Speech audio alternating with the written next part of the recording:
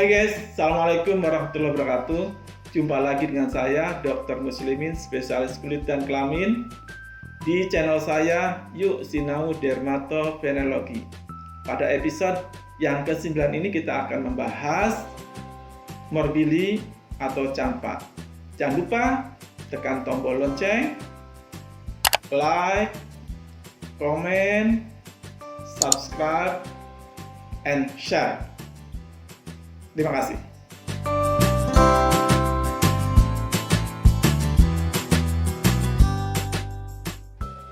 Morbili atau campak merupakan penyakit yang sebenarnya dapat dicegah. Penyakit tersebut sangat menular. Biasanya penyakit tersebut ditandai oleh adanya demam yang akut.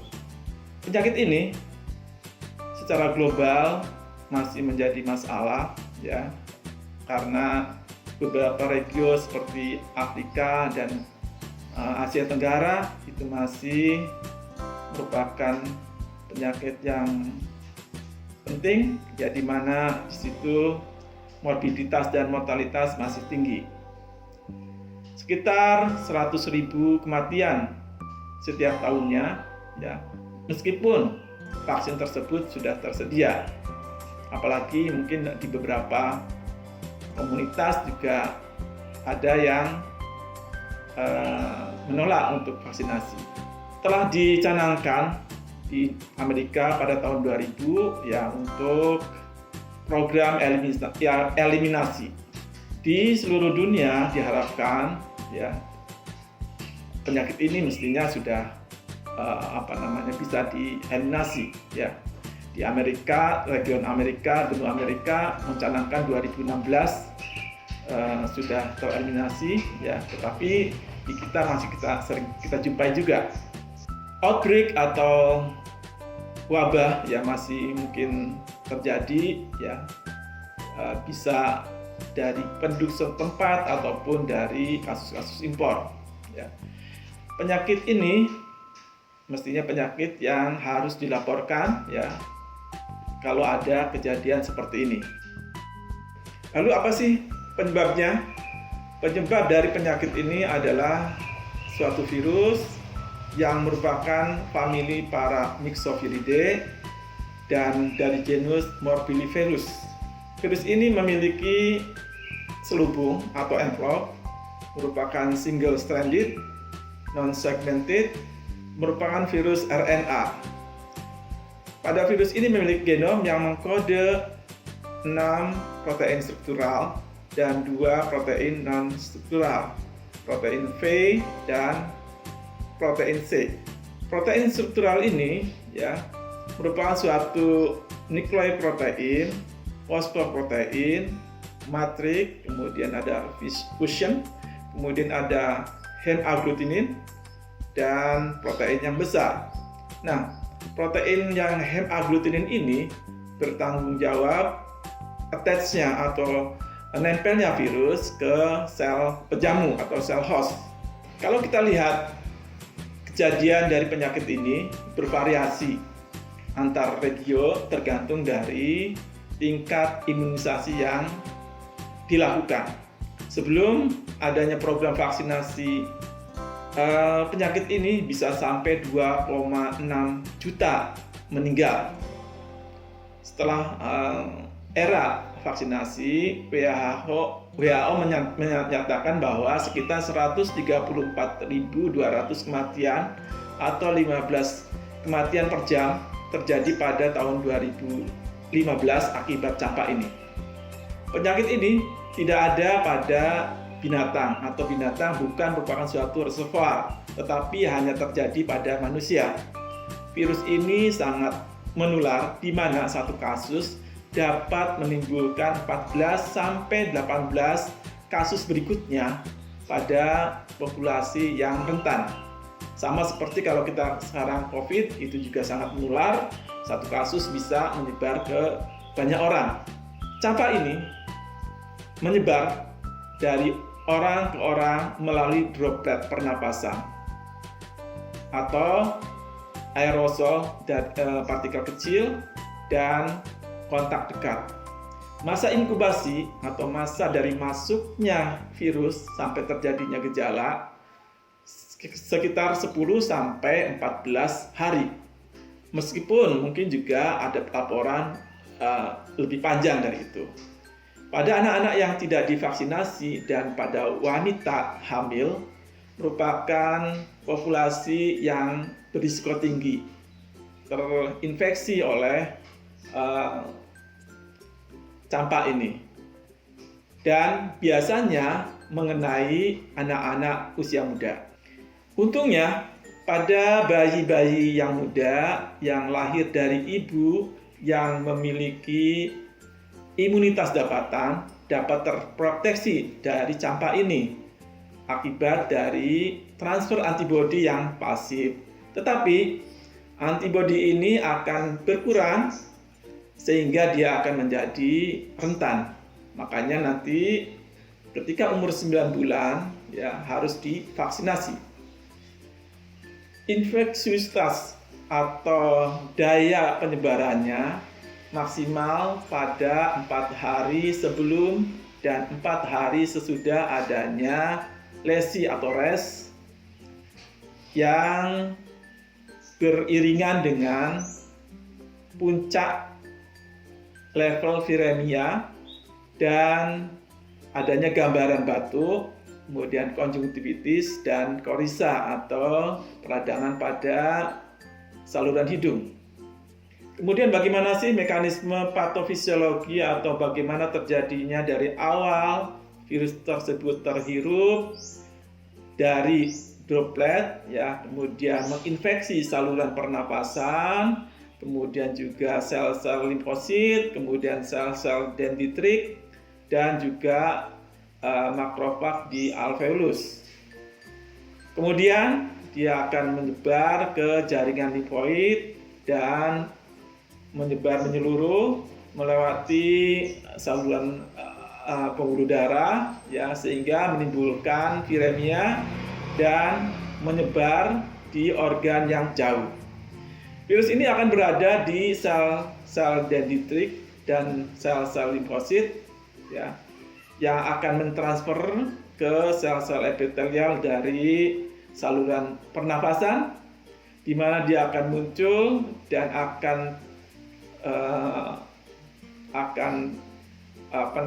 kalau pada saat dia batuk, pada saat dia bersin akan keluar dari pernapasan ya, sehingga bisa menginfeksi ke orang lain dan begitu seterusnya siklusnya.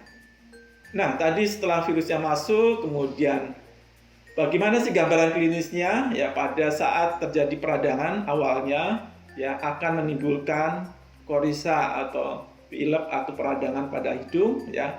Kemudian juga konjungtivitis, peradangan pada mata, dan juga batuk yang kita kenal kalau dalam bahasa Inggris 3C. Korisa, konjungtivitis, dan cough. Gambaran demam juga ya, ini berbarengan dengan perkembangan adanya viremia. Kemudian lesi di kulit akan muncul setelah tersebar. Kemudian juga akibat dari infiltrat perivaskuler dan juga adanya limfosit yang menjadi infiltrat. Selama fase prodromal, virus ini akan menekan imunitas pejamuk ya, dengan mensupresi produksi interferon melalui struktur protein V dan C atau struktur protein non-struktural.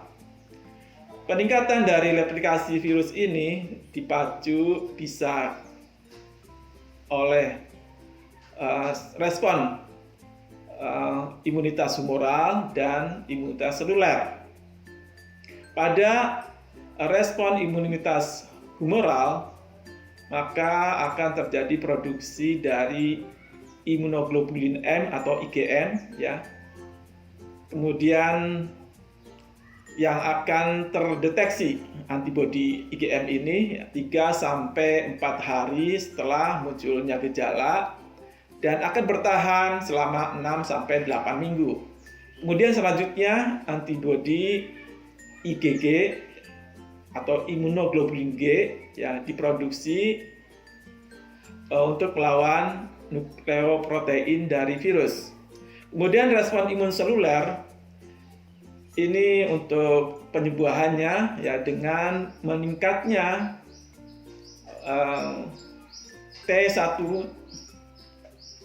kemudian ada interferon gamma ya, kemudian juga di situ pada fase akut selanjutnya akan terjadi peningkatan T helper 2 ya, di mana di situ akan memproduksi interleukin 4, interleukin 10 dan interleukin 13. Virus campak ini diketahui akan memacu penekanan imunitas yang akan bertahan dari beberapa minggu sampai beberapa bulan, bahkan beberapa tahun. Ini akan menimbulkan kerentanan terhadap infeksi bakteri atau infeksi sekunder dari bakteri atau infeksi yang lainnya. Fenomena seperti ini belum jelas ya. Diduga bahwa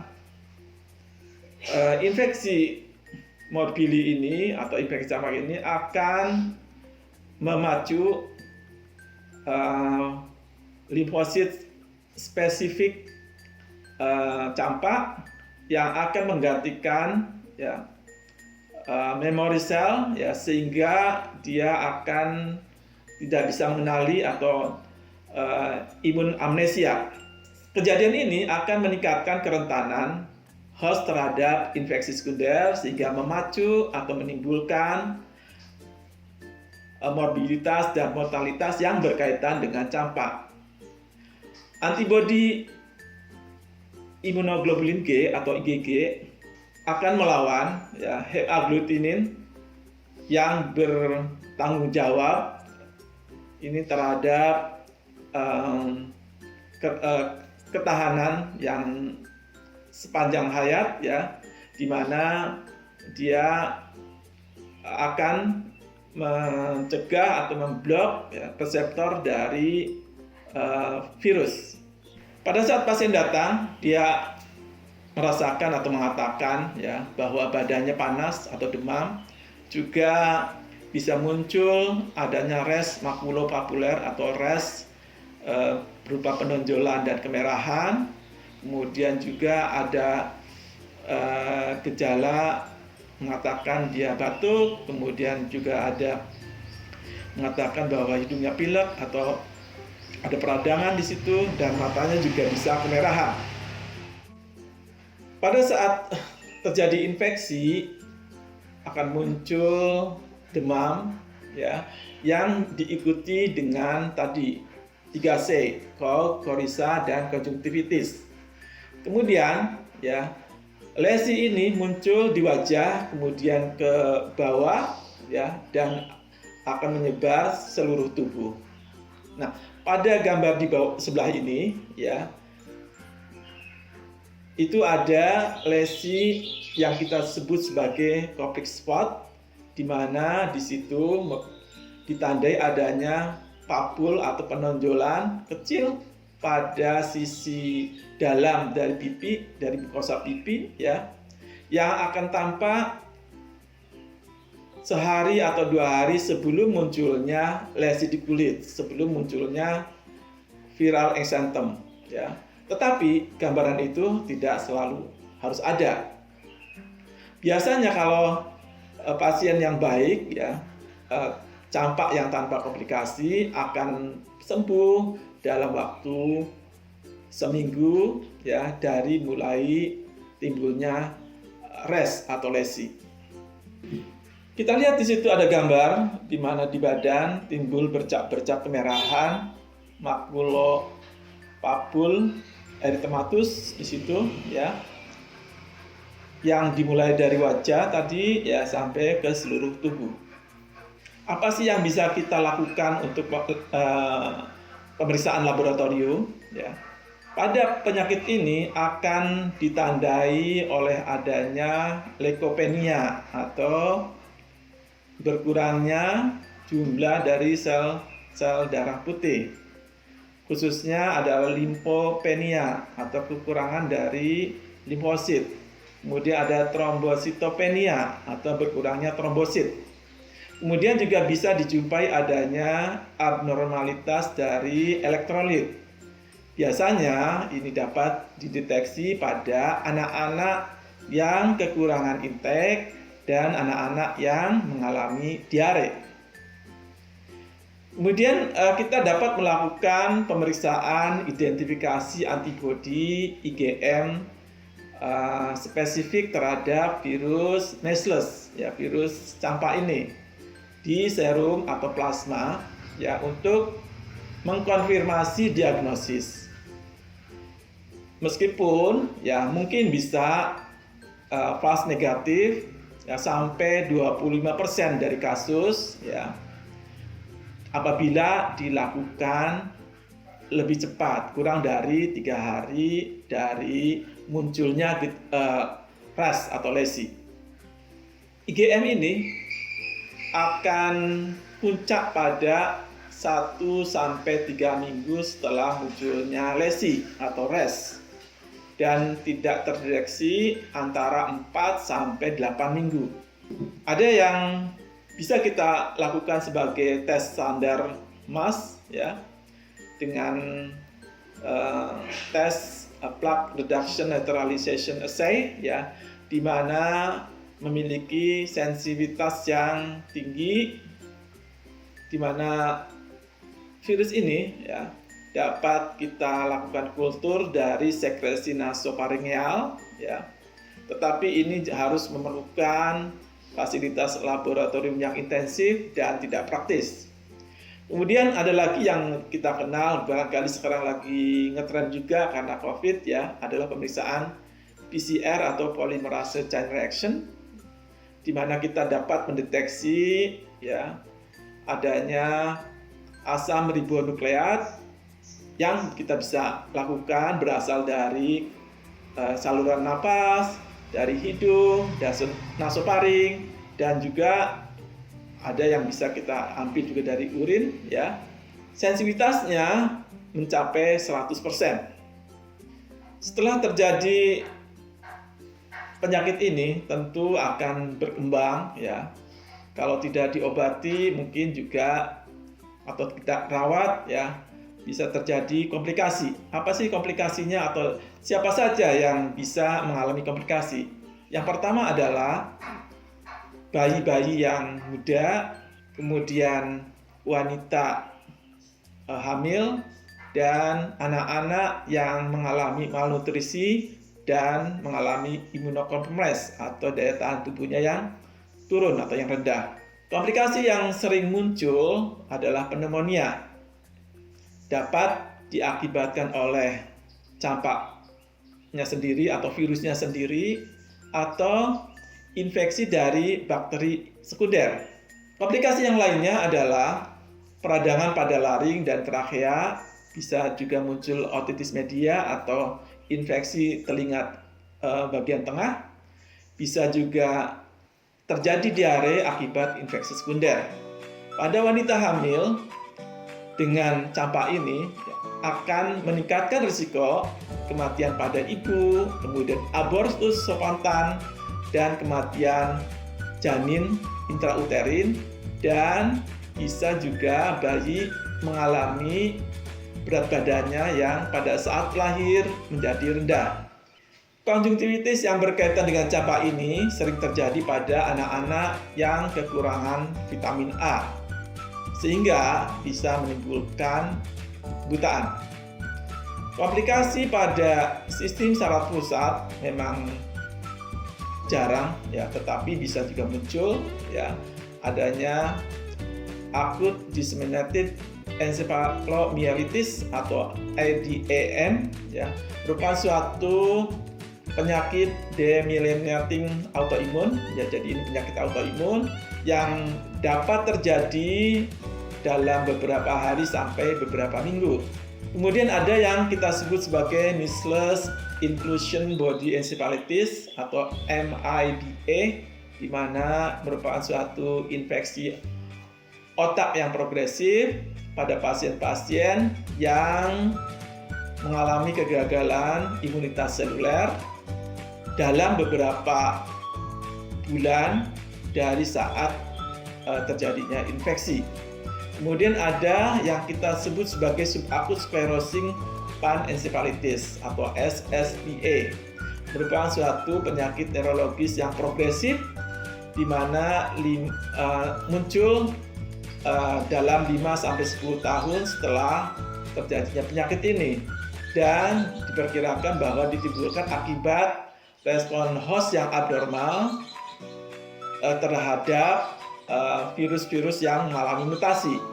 Ini terjadi pada banyak anak-anak yang mengalami measles sebelum 2 tahun dan akan bermanifestasi ya sebagai kejang, kemudian ada kehilangan kognitif yang progresif dan juga adanya gangguan fungsi motorik. Bagaimana sih kalau ada pasien datang ke kita, bagaimana kita mendiagnosisnya?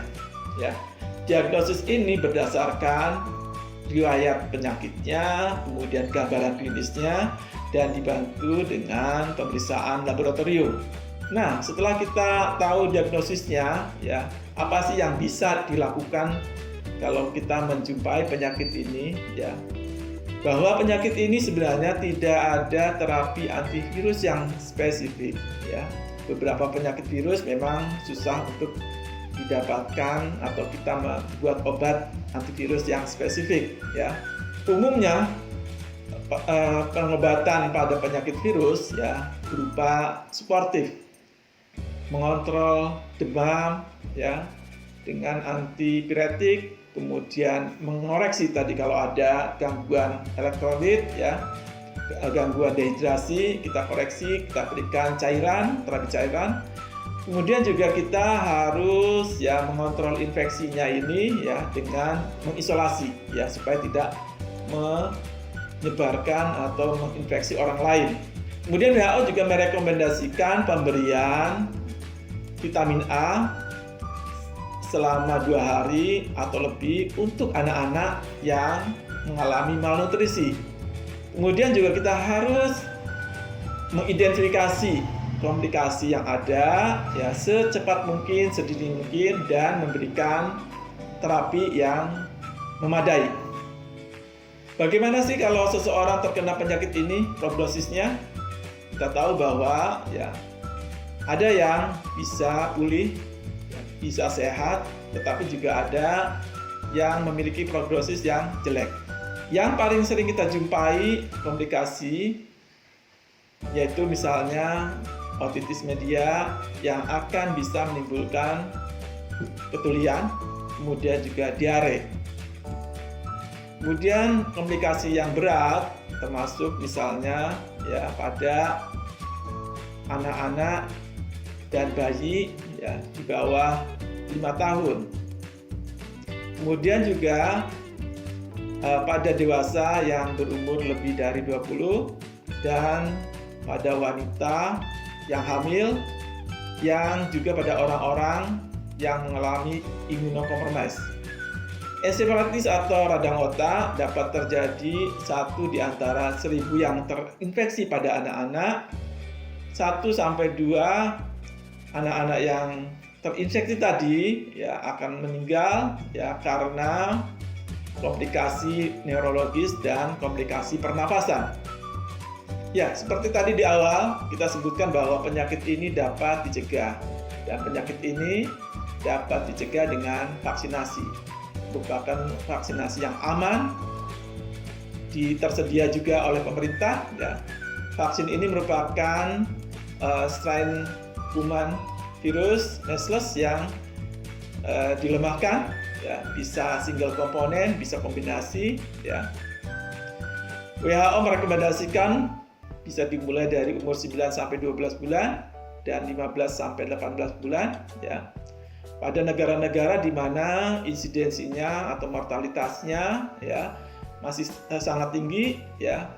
Ada tahun pertama kehidupan. Di Amerika sendiri ya, vaksin ini diberikan pada usia 9 sampai 15 bulan dan yang kedua sampai 4 sampai 5 tahun.